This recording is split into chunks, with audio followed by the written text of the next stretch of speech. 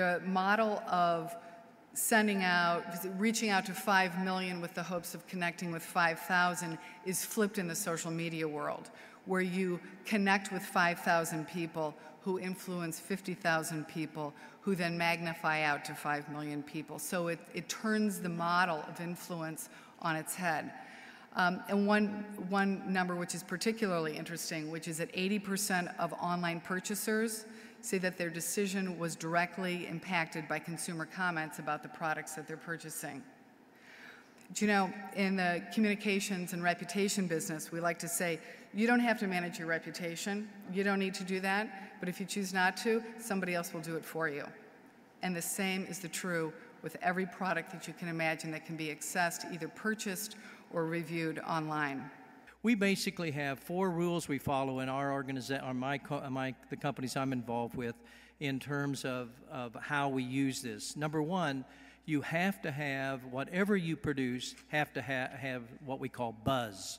It has to have an interest to whatever that target group is, whether it's a video, whether it's a blog, whether it's a message, whether it's a product, whether it's our company. Whatever it might be, it has to create interest so we can create what we call viral marketing, which means these people want to talk about it throughout their group and interact on that. Number 2, you have to create some kind of basis or a platform which makes it easy for these people to use. As was just stated in the daughter example, people have very low attention rates, and if anything it's difficult for them to do in this Y generation, they're going to do something else. So you have to have a platform that's easy to use and allows them to interact. The third rule we have is it's got to be really open and clear communication that we have absolutely no control over. Anytime you try to have insert influence on these kinds of messaging, you have all kinds of problems. And sometimes the messaging isn't quite to your liking. This is one of the risks you have when you do this. Remember, this is a free, open communication system, and there's a lot of people that may not be quite as happy with your product as you would like, and this is part of the process you go through. And number 4, we have the rule that once we spot a problem, and we monitor this all the time, we do everything possible to correct that problem right away. It used to be the case in corporations, we sort of ignored if a certain kind of situation was occurring. You can't do that today and be successful. And so when we see a problem exist, we try to identify that individual who is having that problem and try to solve whatever problem they're having with our company or our particular product. And so this is a way that you're able to take advantage of this interaction, this group problem solving, this viral communication, this positive feedback, that people trust each other far more than they trust you as a company or trust the typical advertising budget. It is about ethics and communication.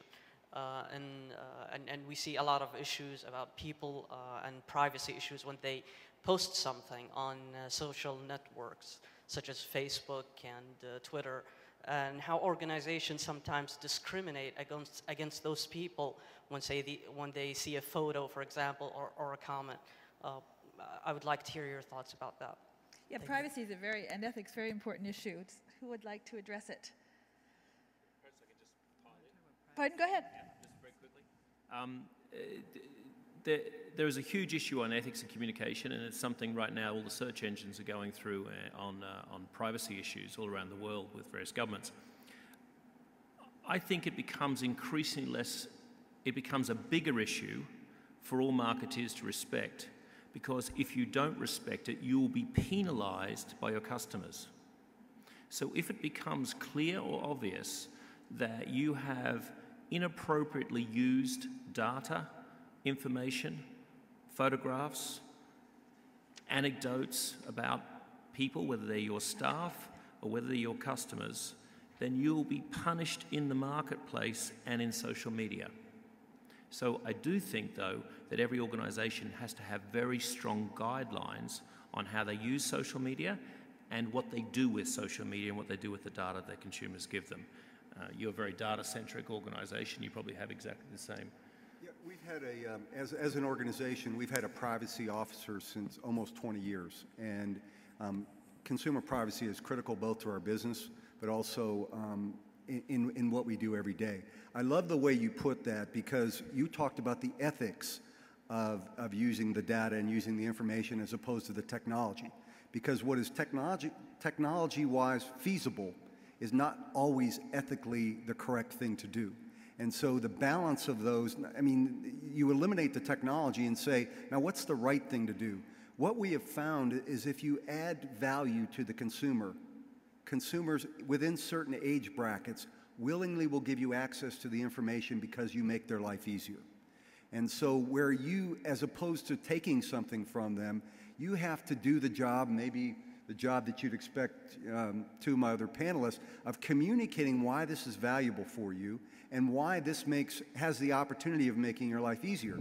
The first reaction that people had around cookies was, somebody is tracking me. But then when they found out it entered their name and their password in some cases on the PC, or it made their life easier, they came to the recognition, okay, well, there's some that are good and some that I need to eliminate. And using that as a perfect example why technology is okay, but the ethics really has to be the deciding factor. I think one of the interesting things about the question was also the fact that information that you post about yourself in a social networking arrangement, I think to some extent ultimately has to be policed by the poster. Because otherwise it will be the case. I mean, one of the things that I think was said early on is, in this world of modern technology, if you don't build your own reputation, someone else will build it for you. Well, that also means that how you present yourself through social networking media, photos, things you say, you're building your brand. You are building your brand, and you're responsible for your brand. So the best that a company can do is basically do its work to keep information private, but one must also keep one's own information under control, otherwise your brand will be adversely affected.